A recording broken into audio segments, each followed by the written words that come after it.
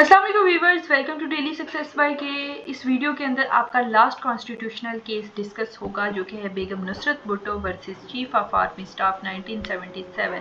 आपके ये केसेस थे जो कि हमने सारे कवर किए हैं और मैंने सारे एक ही दिन में वीडियो बना के अपलोड कर दी है आपके लिए, ठीक है, जो कि बहुत ईजी है, बहुत आसान है। इनको कहानी की तरह मैंने सारे जो है वो केसेस आपको पढ़ाए हैं, बजाय इसके कि मैं पहले से ही नोट्स रीड आउट करना शुरू कर देती। सेम इसी तरह आप सुनेंगे कहानी Begum Nusrat Bhutto versus chief of army staff.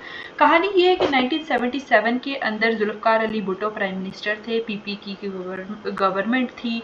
1970 के इलेक्शन, जनरल इलेक्शंस हुए, पीपी जो है पाकिस्तान पीपल्स पार्टी अपने वजूद के अंदर आई, पावर के अंदर आई। बांग्लादेश उसी दौरानिया में बना। 1973 के अंदर कॉन्स्टिट्यूशन आपका कंप्लीट हुआ।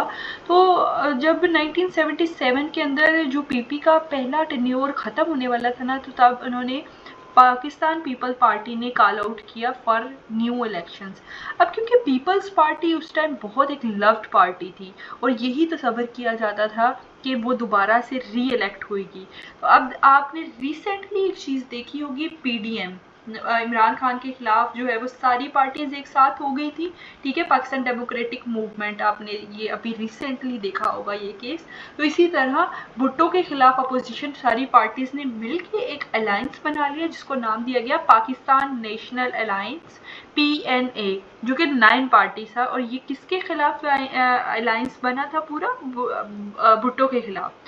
अब होते हैं जी इलेक्शंस, और इलेक्शन का रिजल्ट ये आता है कि पाकिस्तान पीपल पार्टी 200 में से 155 सीट्स जीत जाती हैं, जबकि दूसरी साइड पे पीएनए सिर्फ 36 सीट्स जो हैं वो जीत सकी थी, ठीक है। अब ये रिजल्ट आया, वाजिया जो है वो कामयाबी हासिल हुई पाकिस्तान पीपल पार्टी को, लेकिन उसी तरह एलिगेशंस लगना शुरू हो गए पाकिस्तान पीपल पार्टी के कि यार ये गवर्नमेंट के अंदर थी, इन्होंने जो है वो ऑलरेडी जो है वो धांधली की है, धांधली करके इन्होंने जो है वो अपना सारा जो है वो रिज़ल्ट चेंज कर दिया, जिसकी बेस के ऊपर पाकिस्तान के अंदर बहुत सारे प्रोटेस्ट हुए, बहुत सारे लॉन्ग मार्च हुए, पाकिस्तान के अंदर सिचुएशन बहुत ज़्यादा वर्स हो गई। तो जनरल ज़िया ने 5 जुलाई 1977 को जो है वो क्या लगा दिया? मार्शल लॉ लगा दिया।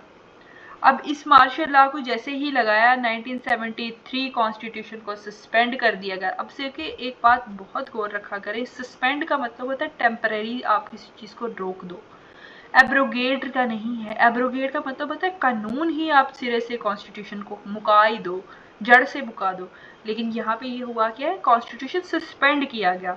1973 के कॉन्स्टिट्यूशन को सस्पेंड कर दिया गया। कैबिनेट्स फेडरल और प्रोविंशियल लेवल पे कैबिनेट्स को, असेंबलीज को डिसॉल्व कर दिया गया। जो प्रेसिडेंट थे, ठीक है, प्रेसिडेंट को कहा गया कि आप अपनी जिस तरह से कंटिन्यू कर रहे हैं जॉब, आप उसी तरह से अपनी ड्यूटीज़ को सर अंजाम दें, ठीक है। और जो है वो जो गवर्नर्स थे डिफरेंट प्रोविंसेस के अंदर बैठे गए थे, उनको ख़त्म किया गया और एक प्रोविंस के चीफ जस्टिस को एज अ एक्टिंग गवर्नर बना दिया गया, ठीक है। अब क्योंकि कॉन्स्टिट्यूशन तो ख़त्म हो गया, तो फिर किसके तहत सारे कानून बन रहे थे? वो बेसिकली बन रहे थे laws continuance in force order 1977। इसको मज़ीद डिटेल के अंदर मैं हाईलाइट कर दूंगी जब हम मज़ीद वीडियो के अंदर पढ़ेंगे, ठीक है। अब हुआ ये कि 17 सितंबर 1977 को जनरल ज़िया ने क्या किया, जुल्फ़िकार अली भुट्टो और उनके साथ 10 दूसरे लीडर्स को पकड़ा और जेल बंद कर दिया, ठीक है। अब फिर उसके बाद उनकी बेगम आती हैं, वो पिटीशन फाइल करती हैं, प्ली फाइल करती हैं। पिटीशन के आर्गूमेंट्स फिर कुछ आते हैं, याहिया साहब की तरफ से आते हैं, फिर उसके बाद कुछ जो है मतलब चीफ ऑफ आर्मी स्टाफ की तरफ से आते हैं, कुछ आर्गूमेंट्स जो हैं वो जो है पिटिशनर की तरफ से आते हैं। तो ये सारे जो हैं वो हमने केसेस वगैरह इसको डिस्कस करना है, और फिर एंड पे सुप्रीम कोर्ट ने क्या फ़ैसला दिया, उसके रीजंस क्या थे, उसको हम डिस्कस करेंगे। आई होप यहाँ से चीज़ें आपको क्लियर है। अब हम चलते हैं मज़ीद जो आपने पेपर के अंदर लिखना है। सबसे पहले जी introduction and background. Introduction and background वही है जो मैं आपको ऑलरेडी कहानी सुना चुकी हूँ, ठीक है। दूसरी साइड पे आपका है पिटीशन फाइल की गई, किस तरह फाइल की गई, कौन कौन से केसेस को सामने रखा गया। देन आप देखोगे कि आर्गूमेंट्स, पिटिशनर आर्गूमेंट यानी बेगम नुसरत भुट्टो के क्या आर्गूमेंट्स थे। फिर दूसरी साइड पे आपने देखना है कि जिस स्टेट का क्या आर्गूमेंट था और उनके लॉयर कौन से थे, आप वो डिस्कस करोगे। सुप्रीम कोर्ट का वर्डिक्ट क्या, यानी सुप्रीम कोर्ट ने ने क्या फैसला दिया, और फिर उसके बाद आपका कंक्लूजन और कहानी यहाँ पर हो जाएगी ख़त्म। सबसे पहले इंट्रोडक्शन, मैं ऑलरेडी आपको इंट्रोडक्शन सुना चुकी हूँ, वही सारी बातें इधर हुई हैं। आप नोट्स के अंदर डिटेल के अंदर डिस्कस कर लीजिएगा, देख लीजिएगा, फिर भी किसी चीज़ की समझ ना आए तो आप पूछ लीजिएगा। अब जैसे ये सारी कहानी हुई ना, तो बेगम नुसरत भुट्टो ने केस फाइल कर दिया, पिटीशन दायर कर दी कि under article 184(3) against chief of martial law administrator. उसने ना दो बातें कही। उसने कहा कि 184 के अंदर ना फंडामेंटल राइट्स की बात हुई हुई है और पब्लिक इंपॉर्टेंस की बात हुई हुई है। तो उसने दो बातों को ज़हन में रखा और उसने इनको चैलेंज किया कि जो है वो वैलिडिटी, दो चीज़ों को चैलेंज किया। एक तो उसने कहा कि whether the chief of army staff had the power to declare martial law, कि क्या चीफ ऑफ आर्मी स्टाफ के पास ये पावर है कि वो डिक्लेयर कर सके मार्शल लॉ, या whether the arrest of Bhutto and other leaders was illegal. दो तरह के चैलेंज किए गए कि क्या उसके पास ये पावर है, क्या ये अरेस्ट जो हुआ है ये लीगल था या नहीं। ठीक है, उसके बाद जो है वो आप देखेंगे कि पटिशनर ने फिर उसके बाद जाहिर है ये केस फाइल हो गया। आप दो तरह के, दोनों पार्टीज के आर्गूमेंट्स आएंगे और उन दोनों पार्टी के आर्गूमेंट, सबसे पहले तो हम देख लेते हैं बेगम नुसरत भुट्टो साइड पे जो आर्गूमेंट था। उन्होंने कहा कि आर्मी को कोई अथॉरिटी नहीं हासिल कि वो मार्शल लॉ डिक्लेयर कर सके। किस कॉन्स्टिट्यूशन के अंदर? 1973 कॉन्स्टिट्यूशन के अंदर। उसने कहा ये जो उन्होंने किया है, अगर हम आर्टिकल 6 पढ़ें तो इसके अंडर इसका मतलब है कि ये इंतहाई इन्होंने गद्दारी की है, क्योंकि इन्होंने कॉन्स्टिट्यूशन को इलीगल करने की कोशिश की है, इन्होंने कॉन्स्टिट्यूशन को पीछे करने की कोशिश की है। और ये जो जिस आप लॉ की बात करते हैं, कॉन्टिन्यूस फोर्स ऑर्डर 1976, ये भी एक इलीगल है। ठीक है, अब दूसरा आप कह रहे हैं कि कॉन्स्टिट्यूशन को हम के अकॉर्डिंगली फैसला नहीं कर सकते, तो कॉन्स्टिट्यूशन अभी सस्पेंड नहीं हुआ, सस्पेंड हुआ है, ख़त्म नहीं हुआ। आर्टिकल 6 अभी भी अप्लाई हो सकता है। ठीक है, और जो आपने भुट्टो की डिटेंशन की है, उनको जेल में बंद किया है, ये फंडामेंटल राइट्स के खिलाफ है।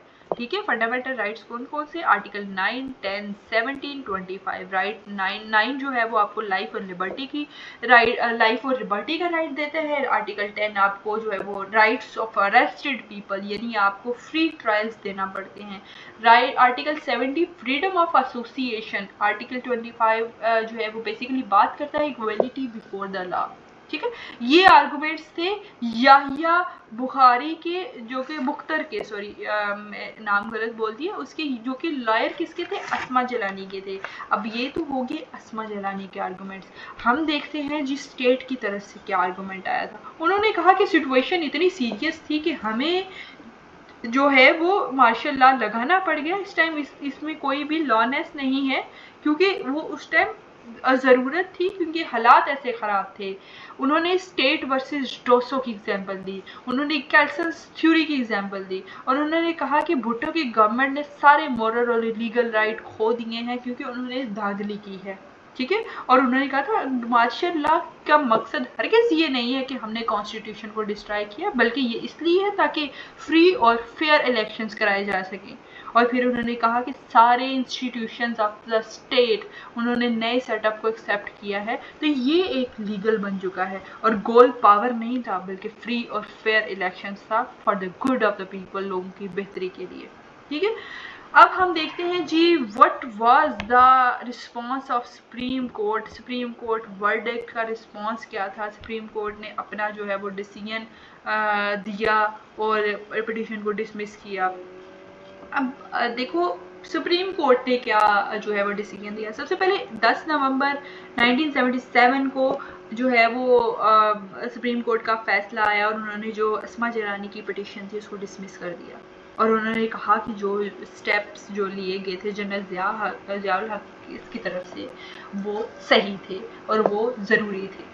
रीज़न उसकी उन्होंने ये दी कि एक तो आप जो अस्मा जलानी केस की बात करते हैं वो केस ही अलग है, क्योंकि उस टाइम हालात सर्कमस्टांसेस ऐसे थे जिसकी वजह से अलग तरह से फैसला हुआ। दूसरा उन्होंने कहा कि कुछ भी एक्स्ट्रा कॉन्स्टिट्यूशनल एक्टिविटी नहीं हुई है, ये ज़रूरी था। उस टाइम हालात ऐसे बन गए थे कि उनको वो स्टेप लेना ज़रूरी था, और ये टेम्परेरी कंट्रोल है, उन्होंने हमेशा के लिए पावर नहीं ली।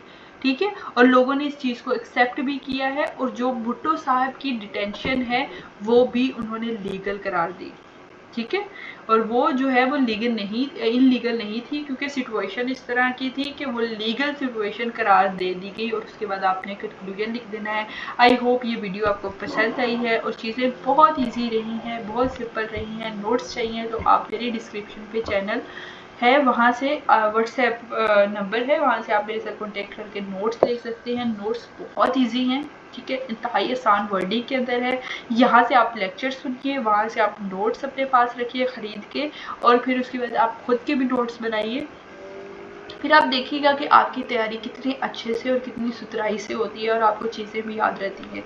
और नोट्स मैंने पेड इसलिए रखे हैं ताकि एक तो मेरी भी मेहनत लगी हुई है और दूसरी आपको, जब आप नोट्स खरीदोगे तो आपको होगा कि यार हमें तैयारी भी करनी है, हमारे पैसे खर्च हो रहे हैं, ठीक है। अपना बहुत सा ख्याल रखें। अल्लाह हाफिज़।